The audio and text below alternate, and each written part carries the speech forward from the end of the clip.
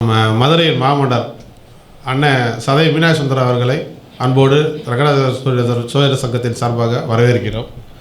அடுத்ததாக மயிலாடுதுறை மாணிக்கம் திரு ஐயா ரத்னகுமார் அவர்களையும் அவரது சகோதரர் ஐயா பார்த்திபன் அவர்களையும் அன்போடு வரவேற்கிறோம். அடுத்தது நம்ம இதில் கருத்தரங்கத்துக்கு கோவையைச் சேர்ந்த வாஸ்து பண்டிட் ஐயா பாலச்சந்தர் அவர்களை கருத்துரையாற்ற அன்போடு அழைக்கிறேன். வாங்க. ஸ்ரீ ரெங்கநாச்சியார் ஜோதிடர் சங்கம் நடத்தக்கூடிய மாபெரும் ஜோதிட கருத்தரங்கம்னு சொல்லி ஒரு மாநாடு கூட்டத்தை கூட்டி அந்த மாநாட்டில் கலந்து கொள்ளக்கூடிய அளவிற்கு தமிழகத்தில் தலைச்சிறந்த சான்றோர் பெருமக்கள் எல்லாம் கலந்து கொண்டிருக்கக்கூடிய இந்த ஜோதிட விழாவில் மேடையில் அமர்ந்திருக்கக்கூடிய குருஸ்தானியர்களான மீனாட்சி சுந்தரம் ஐயா, மூந்தன் முரளி ஐயா, அதே போன்று தங்கப்பாண்டியன் ஐயா எல்லாம் வர்றதுக்கு இருக்காங்க. அவங்களுக்கு முன்னாடி இந்த மேடையில் பேசுகிறதுக்கு வாய்ப்பளித்த ரெங்கநாச்சியார் ஜோதிட சங்கத்தினுடைய என்ன சொல்கிறது, அவர் தான் அவருடைய சாரதியாக இருக்கலாம். அவருடைய தலைமையின் கீழே அவருடைய சகாக்களோடு இந்த விழாவை சிறப்பாக நடத்தி கொண்டிருக்கக்கூடிய பிரசன்ன வித்தகர் ஜானகிராமன் ஐயா அவர்களுக்கு நன்றி பாராட்டி, இந்த விழாவுக்கு வருகை தந்து சிறப்பு செய்ய வந்திருக்கக்கூடிய சபையோர் அனைவருக்கும் வாஸ்து பாலச்சந்திரனின் பணிவான வணக்கங்கள். இன்றைக்கி முதல் பேச்சாக தம்பி கன்னி பேச்சுன்னு பேச ஆரம்பித்தவர் செவ்வாயின்னு பேச ஆரம்பித்தார். அந்த செவ்வாயினுடைய காரகமாக இருக்கக்கூடிய விஷயங்களாக தான் இன்றைக்கி பூராமே கருத்தரங்கில் வருது. நானும் வாஸ்துவை பற்றி பேசினா செவ்வாய் இல்லாமல் வாஸ்து பற்றி பேச முடியாது. அப்போ இன்றைக்கி ஒரு தலைப்பு வச்சு பேசணும் அப்படின்னு பார்க்கும்போது பார்த்திங்கன்னா கன்னி மூலையும் காதலும் அப்படின்னு ஒன்று பேசலாம் அப்படின்னு பார்த்தேன். அப்போ இந்த கன்னி மூலையில் என்னங்கய்யா வரும் அப்படின்னு பார்க்கும்போது, நேற்றைக்கு இந்த திருச்சி மாநகரத்தில் ஒரு வீடு வாஸ்து பார்க்க போகக்கூடிய தன்மை கிடச்சிது. அதற்கு பரிந்துரைத்ததும் குருஜி ஜானகிராமன் ஐயா. அப்போ இந்த தென்மேற்கு பகுதியில் ஒரு பாதிப்புகள் வந்தால், தென்மேற்கு பகுதிக்கு 2 பேர் எங்கள் ஊரில் எல்லாம் கன்னி மூலைன்னு ஒரு இது சொல்கிறாங்க. அப்புறம் குபேர மூலைன்னு ஒன்று. குபேர திசை வேறு, மூளை வேறு. அப்போ இந்த கன்னி மூலை அப்படின்ற பகுதிகளில் ஒரு வாஸ்து குறை ஏற்பட்டால் அது என்ன மாதிரி குறைங்க அப்படின்னு பார்த்திங்கன்னா, அந்த கட்டிடத்திற்கும் வெளியில் இருக்கக்கூடிய காலி இடங்களில் வரக்கூடியது பொதுவான வாஸ்து விதி. கட்டிடத்திற்கும் தெற்கு பகுதியில் இருக்கக்கூடிய காம்பவுண்டிற்கும் இடைப்பட்ட காலி இடம் சமமாக இருக்கணும். அதுக்கு அடுத்தது மேற்கு பகுதியிலையும் இந்த காம்பவுண்டிற்கும் தாய் சுவருக்கு, அதாவது வீட்டினுடைய சுவற்றுக்கும் இடைப்பட்ட காலி இடம் சமமாக இருக்கணும். கட்டிடத்திற்கு 50% இந்த காலி இடங்களில், ஏன்னா எல்லா விஷயத்தையுமே நாம் இந்த வீட்டுக்குள்ளேயோ கட்டிடத்துக்குள்ளேயோ அமைச்சிட முடியாது. வெளியில் கண்டிப்பாக தண்ணி தொட்டி வருமா, செப்டிக் டேங்க் வருமா, இதே விஷயங்கள் தவறான இடத்துல அமையும். அதே மாதிரி கட்டிடங்கள் அமையக்கூடிய அமைப்புகள்லையோ காலி இடம், தெற்கை விட வடக்க காலி இடம் இருக்கணும்னு சொல்லுவோம். ஆனால் நேற்றைக்கு நாம் போன இடத்துல அந்த தெற்கு பகுதியில் தென்கிழக்கு பகுதியில் இருப்பதை விட தென்மேற்கு மூலையில், தெற்கு சார்ந்த தென்மேற்கு மூலையில் காலி இடம் அதிகமாக இருந்தது. இந்த விழாவை மிகவும் சிறப்பாகவும் தலைமை தாங்கி நடத்தக்கூடிய அமைப்பில் எங்களுடைய குருநாதர் கோவில்பட்டி தங்கப்பாண்டியன் ஐயா வந்திருக்காரு. அவரை மேடைக்கு வரும்படி அன்போடு அழைக்கிறோம். அதே போல் திரு என்ஜி குமரன் ஐயா அவர்கள் வந்திருக்கிறாங்க. இவங்கெல்லாம் மேடையில் இருக்க வேண்டிய தருணம், அவங்க கீழே இருக்கலாம்னு அவங்களுடைய ஒரு அமைப்பு. அவங்கெல்லாம் பேச வேண்டி இருக்கிறனால 2 பாயிண்ட் நான் பேசிக்கிட்டு என்னுடைய பேச்சை நிறுத்திக்கிறேன். ஏன்னா ஒவ்வொருத்தரும் பேசக்கூடிய நம்ம மீனாட்சி சுந்தரம் ஐயாவாகட்டும், இல்லை மூந்தன் முரளி ஐயாவாகட்டும், இனி தங்கப்பாண்டி ஐயாவெல்லாம் நிறைய நேரம் பேச வேண்டிய தன்மை வாஸ்துவில் எல்லாருக்கும் தெரிய மாதிரி இருக்கும். ஆனால் இந்த கன்னி மூலையும் காதலும் அப்படின்ற தலைப்பில் நான் பேசும்போது பார்த்திங்கன்னா, கன்னி மூலையை சரியானபடிக்கு 90 பாகையில் அமையலைன்னா, இந்த கன்னி மூலையில் கொஞ்சம் மாறி கொஞ்சம் அதிகமான காலி இடம் வந்துருச்சு, இல்லை இந்த கன்னி மூலையில் ஒரு பாத்ரூம் லெட்டின் வந்துருச்சு அப்படின்னா, அவங்களுடைய ஜாதகத்தில் அந்த வீட்டில் இருக்கக்கூடியவங்கள அவருடைய ஜாதகத்தில் அந்த பருவ காலத்திற்கு ஏற்ற மாதிரியான அமைப்பில் அமைப்பில் பார்த்திங்கன்னா செவ்வாயும் சுக்கிரனும் சேர்ந்திருக்கக்கூடிய தன்மை. செவ்வாய் சுக்கிரன் சேர்ந்தாலே காதலா அப்படின்னு பார்த்தா அது ஒரு காதல் கிரகங்கள் அப்படின்ற அமைப்பு. அந்த செவ்வாய் சுக்கிரனும் 7.5 டிகிரியில் சேர்ந்திருந்தாலோ 5 கூடையவனும் 7 கூடையவனும் சேர்ந்திருக்கக்கூடிய தன்மையில் அங்கே அந்த வீட்டில் இருக்கிறவங்களுக்கு அந்த காதல் என்ற விஷயத்தை சீக்கிரமாக கொடுத்துருது. அது தெற்கு சார்ந்த விஷயங்களிலே வரும்போது அது பெண் பிள்ளைகளுக்கும் அல்லது அந்த தென்மேற்கிலேயே ஒரு வாஸ்து குறை ஏற்படும் பொழுது அங்கே கூட செவ்வாயினுடைய ஆதிக்கம், அதாவது காலபுருஷ தத்துவத்துக்கு கிரக அடைவுகள்ன்ற ஒரு அமைப்புகளை நாம் இது நிறைய அந்த கூட விளக்கி சொல்ல வேண்டியிருக்கு. இந்த தென்மேற்கு சார்ந்த அமைப்புகளில் தெற்கு பகுதியில் செவ்வாய் கிரகத்தினுடைய ஆளுமை, மேற்கு தென்மேற்கில் ராகுவனுடைய ஆளுமை. செவ்வாய் ராகு சேர்ந்தால் ஏதோ ஒரு பிரச்சனையை கொடுக்கும் அப்படின்னு பொதுவாகவே நாம் ஜோதிடத்தில் படிச்சிருக்கோம் இல்லைங்களா. இது அப்படியே நம்ம எடுத்துக்கிட்டு வாஸ்துவிலையும் இணைச்சி பலன் சொல்லும் பொழுது இந்த காதல் எங்கே வருது அப்படிங்கும்போது இந்த தென்மேற்கு பகுதி சரியாக அமையலைன்னா அங்கே அந்த மாதிரியான அமைப்புகள் அந்த ஜாதக ரீதியாகவும் கொடுக்குதுங்க. இப்போ இந்த காதலுக்கு இந்த தென்மேற்கு பகுதி மட்டும்தான். ஏன்னா கன்னி மூலை குபேர மூலை என்பது ஆணும் பெண்ணும் சேரக்கூடிய பகுதி. அந்த பகுதியை அந்த ஆணும் பெண்ணும் சேரக்கூடிய அந்த பகுதிகளில் ஒரு குறைபாடு வரும்பொழுது ஒன்று கன்னித்தன்மை இழக்கிறதுல பிரச்சனை வந்துடுது, அல்லது அந்த கன்னித்தன்மையினால் 8ஆம் பாவகத்தினுடைய காரகங்கள் இயங்கும்போது வாஸ்து குறை இருக்கிற பக்கமெல்லாம் மனிதன் வாழாமல் இல்லை, அங்கும் சில நன்மைகள் நடைபெறாமலும் இல்லை. அங்கே எப்போ இந்த வாஸ்து குறையெல்லாம் பெருசாக பாதிக்கப்படுது அப்படிங்கும்போது அப்போவும் ஜோதிடத்தினுடைய அமைப்பில் அந்த தசா புத்திகள் அங்கே கனெக்ட் ஆகும்போது, அதுவும் குறிப்பாக 8ஆம் பாவத்தினுடைய கணக்கு இல்லை 6, 8, 12 விஷயங்களையே எடுத்து பேசுகிற நிறைய விஷயங்களை நம்ம அது கூட இணைச்சி பாவக காரகங்களையும் கிரக காரகங்களையும் பாவக உறவு கிரக உறவுகளுக்கு சேர்த்து அப்போ 8ஆம் பாவத்தை எடுத்துக்கிட்டாலே கோர்ட்டு கேஸு, வம்பு வழக்கு, விபத்து, அவமானம். அப்போது இந்த காதல் கூட அந்த செவ்வாய் கூட கேது சேர்ந்து வந்தா என்னங்க, அந்த செவ்வாய் இப்போ சுக்கிரன் வீட்டில் செவ்வாய் இருந்து அங்கே கேதுவும் இருந்தால் கேது வலைன்னு சொல்லலாம், பின்னல் அப்படின்ற ஒரு அமைப்பு, இடியாப்ப சிக்கல்ன்ற மாதிரி. அப்போது ஒரு காதல் வலையில் சிக்கக்கூடிய தன்மை கொடுக்கக்கூடிய தன்மையில் இருக்கும். இங்கே வாஸ்து குறையும் ஏற்படும். அந்த வாஸ்து குறைக்கு நிகரான தன்மையில் ஜாதகத்திலும் இந்த கிரகங்களை நாம் பார்க்க முடிகிறது. இப்போ நிறைய ஆய்வு பண்ணி பார்க்கும்போது இந்த விஷயங்களை நாம் அந்த காதலுக்குண்டான விஷயங்களை எடுத்துக்கலாம். இந்த வாஸ்துவில் இந்த தென்மேற்கு மூலையை மட்டும்தான் அப்படியா அப்படின்னு பார்க்கும்போது அது மட்டும் இல்லை.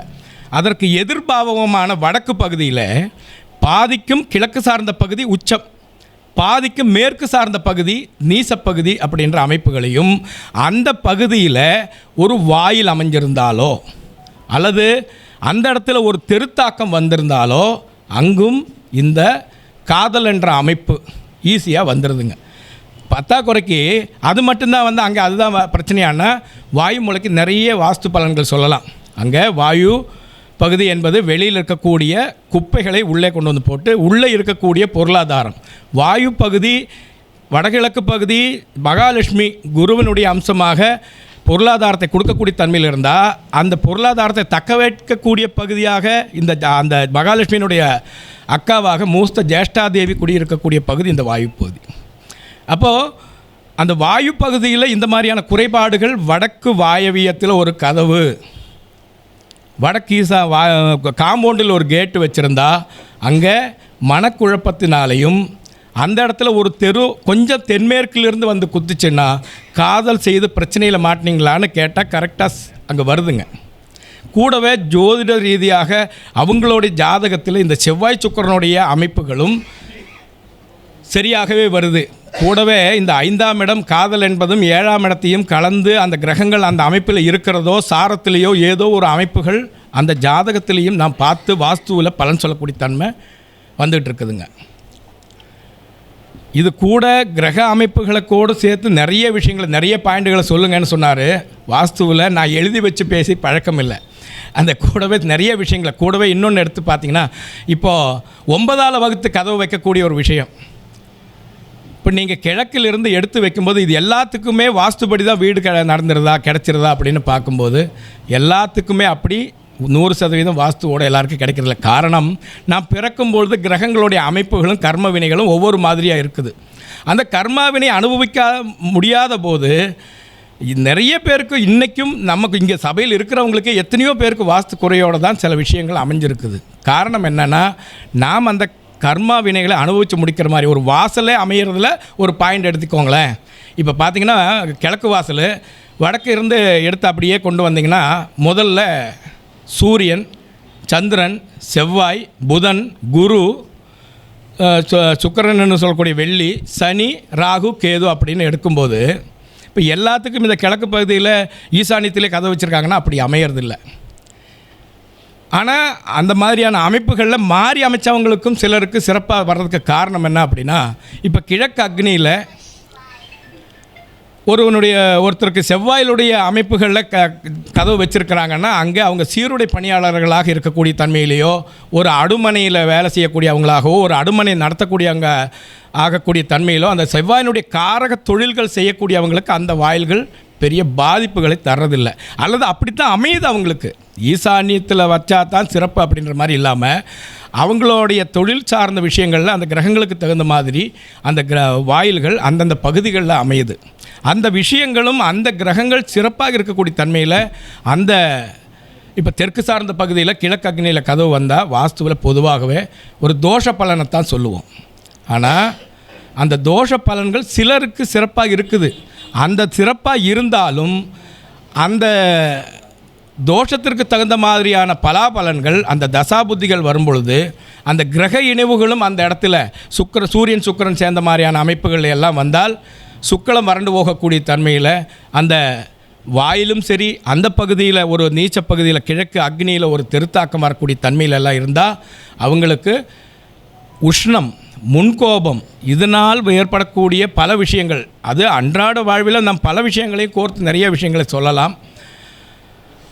இந்த காதலுக்கு கன்னிமூலை என்ற விஷயங்களையும் இங்கே ஸ்பஷ்டமாக நிறைய வரக்கூடிய தன்மையில் இருக்கிறதுனால கன்னிமூலை என்பது தெளிவாக இருக்கணும். ஒரு வீடு கட்டும் பொழுது நான் பார்க்கக்கூடிய தன்மையில் எனக்கு ஒரு வரைபடத்தை கொண்டு வந்து காட்டினாங்க. அந்த வரைபடத்தில் அந்த வீடு 45 பாகையில் இருக்குதுன்னு சொன்னாங்க. அந்த 45 பாகையில் இருக்குதுன்னு போட்டுட்டு நான் அங்கேருந்து சில விஷயங்களை இது தவறாக இருக்குது, தவறாக இருக்குதுன்னு சொல்லிட்டோம். ஆனால் ஒரு நேரடியாக அந்த இடத்த போய் பார்த்து நேற்றுக்கு திசைமானியில் பார்க்கும் பொழுது அவங்க வச்சு பார்த்தது எப்படின்னா, மொபைலில் சேட்டலைட்டில் காம்பஸ் இருக்குதுன்னு சொல்லி வச்சு பார்த்துருக்காங்க. இவங்க கொண்டு போய் பக்கத்தில் எல்லாம் வச்சு பார்த்திங்கன்னா பெருசாக தெரியாது. கட்டிடத்தோடு சேர்த்து வச்சிங்கன்னா அங்கே என்ன நடக்கும்னா, திசைமானி பயன்படுத்தி நம்மளே வாஸ்து பார்க்குறோம், திசையை தெரிஞ்சுக்கிறோம் அப்படின்னா அந்த கட்டிடத்துக்குள்ளே வச்சுருக்கக்கூடிய கம்பி அல்லது மேலே ஒரு கரண்ட் கம்பம் போனாலோ பக்கத்தில் எங்கேயாவது இரும்பினுடைய தாக்கங்கள் இருந்தால் இது டைரக்ஷன் மாற்றி காட்டிடும், சொல்கிற பலன் மாறி போயிடும். அப்போ அந்த மாதிரியான அமைப்புகளை எடுத்து நீங்கள் பலன் கேட்காம ஒரு வாஸ்து நிபுணரை நேரடியாக அந்த இடத்திற்கு அழைச்சி வந்து பார்க்கும் பொழுது 45 பாகைன்னு சொன்ன அந்த இடம் ஒரு 15 பாகையில் தான் திரும்பி இருந்தது. ஆனால் ஒரு கட்டிடம் கட்டுவதற்கான பாகை எவ்வளவு பாகை திரும்பலாம் அப்படின்னா ஒரு 30 பாகையை திரும்புகிற அளவுக்கு நம்ம எடுத்துக்கலாங்க.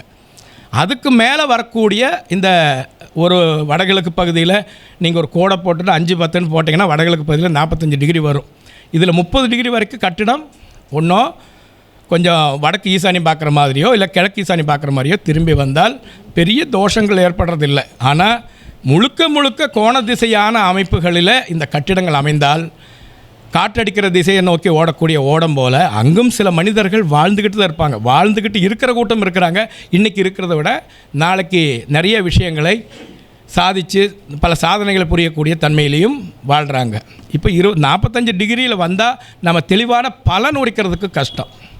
அப்போ இந்த முடிஞ்ச அளவிற்கும் இந்த 45 டிகிரியில் இருக்கக்கூடியதை தவிர்த்துக்கிட்டு 30 பாகையில் இருந்தால் ஒரு வீடோ அல்லது வணிக கட்டிடமோ கட்டுவதற்கு பரிந்துரை செய்வதில் தவறில்லை.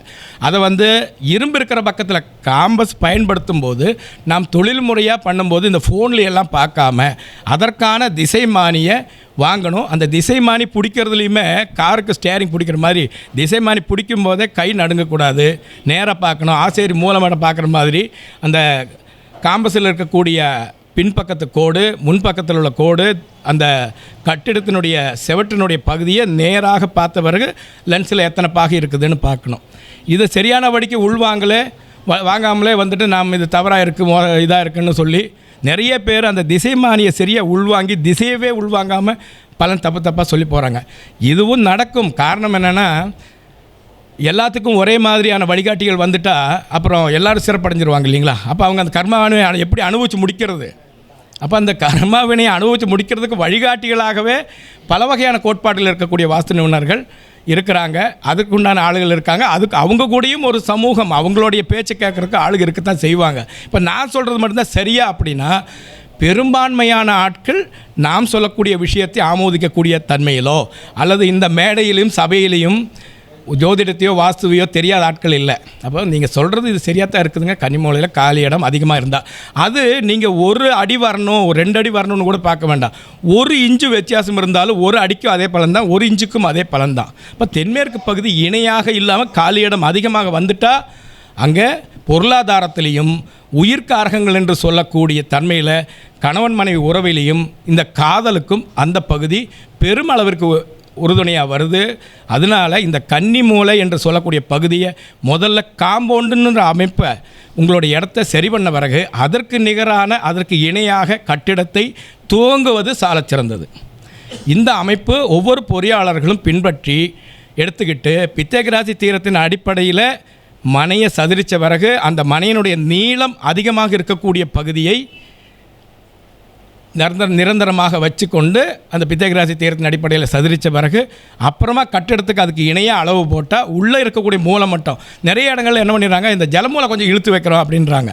ஒரு சரியான அளவீடுகள் மேஸ்திரிகள் கூட சரியாக பண்ணிடுறாங்க. என்ஜினியரிங் படிச்சுட்டு அதுலேயும் டிப்ளமா படித்தவங்களுக்கு இந்த பித்தகராசி தீரம் சொல்லி கொடுக்குறதே இல்லைங்களாமா. அப்போ அந்த மாதிரி உள்ள ஆட்களை வச்சு கட்டும் பொழுது நாம் முதல்ல இறக்கி செய்கிறோம்.